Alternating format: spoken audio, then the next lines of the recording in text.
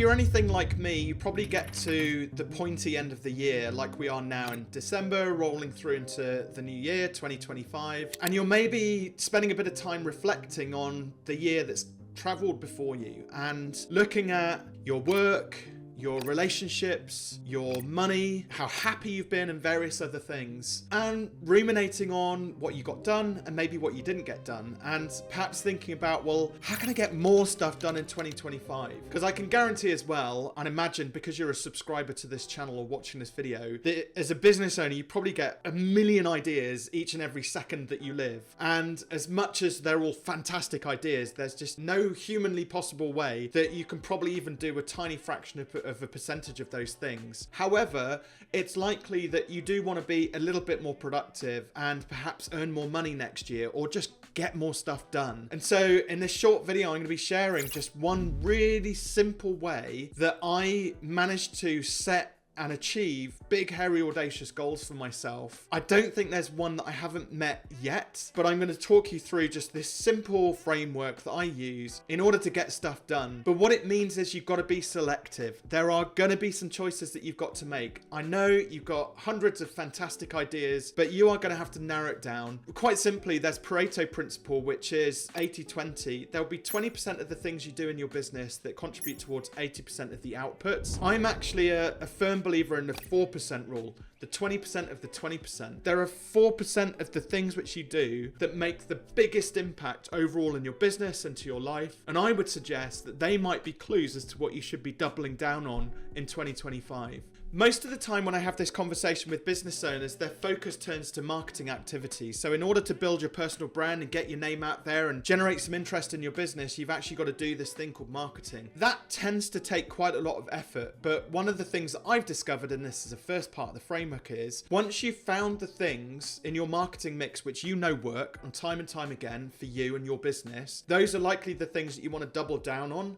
maximize the amount of time you're spending on those and forgetting about all of the other stuff. So for me, my marketing mix over the past 20 years has predominantly been around guesting on podcasts, getting on stage as a speaker, and also giving away copies of my book. You can get your own copy if you don't have one yet. If you head over to fearless.biz/TYS, you can get a free signed copy. Yes, that's a physical copy of Take Your Shot. I'll pop that in a post to you. But I've discovered that those three things, speaking, podcasts, and my books, are the three things as my marketing mix which consistently work day in, day out, week in, week out, month in, month out. And so what I tend to do is I try and create big, hairy, audacious goal, BHAGs, around these specific activities so that I can maximize the reach of them. So I'll give you a little example. One of the ones which I came up with in September was this notion of Operation Pod Blast, and we'll share an enlarged version of this on the screen so you can see it. But you'll see here, all I've done is I've created a little cue card, basically, which I've handwritten on.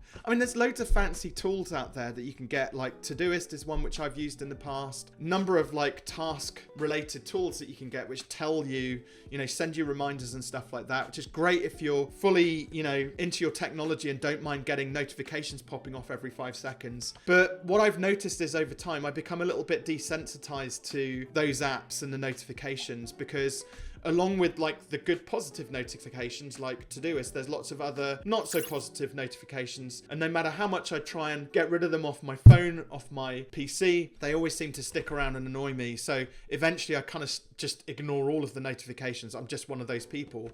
However, having this little postcard here, which I've hand drawn on the different interviews which I wanted to get, and I'll talk you through how Operation Pod Blast came about in a second. This sits on my desk. It is always there physically. I walk into my desk, I may be at a bit of a loss, don't know what to do. I look at Operation Pod Blast and see what my progress is, and then that motivates me to want to go and do things in order to get more podcasts booked, or do I need to do any admin on the podcasts which are outstanding? So the BHAG which I set for myself in September was really simple. I wanted to get booked onto 30 podcasts, and then if I could, deliver those interviews on those 30 podcasts. I actually got booked onto the 30 podcasts really quickly. It was actually using a tool called Podmatch, which is a fantastic platform built by Alex Sanfilippo. We'll share a link in the description, because if you want to guest on more podcasts, it's a really fantastic, it's like a marketplace basically, which matches up podcast hosts with podcast guests. And as a guest, you can pay a very small monthly fee, and you can actually get access to hundreds of podcasts that you can potentially be a guest on. So I managed to to book the first 30 podcasts within about 8 weeks. So I figured I would set myself a stretch goal and go for 40 podcasts. Now, I've actually recorded since in that first 3 months in September, in the first 90 days, I recorded 33 podcasts. So Operation Pod Blast was a roaring success, but it was purely down to this postcard, which was sat on my desk and every day reminded me what my mission was going to be for those 90 days, that set me on that train of thought that I need to go and book more podcasts and make sure that I'm set up and prepared to be interviewed for each of those podcasts as well. There's an awful lot of work, believe it or not, involved with guesting on 30 and booking 30 podcasts, and this was just a really neat way of visually tracking it through. And you can see the ones where I've booked it but not actually sat the interview yet there, the little square without the X in it, and obviously the ones with the X's through them, those are the ones that I've actually completed the interviews for. And it's also got to a point, so bearing in mind I started this in September, we're now on, currently at time of recording, December the 17th. I've actually started doing it on the back as well, so I've actually now booked up to 47 podcasts. I'm nearly at 50, which is pretty cool, and we haven't quite broken up for Christmas, so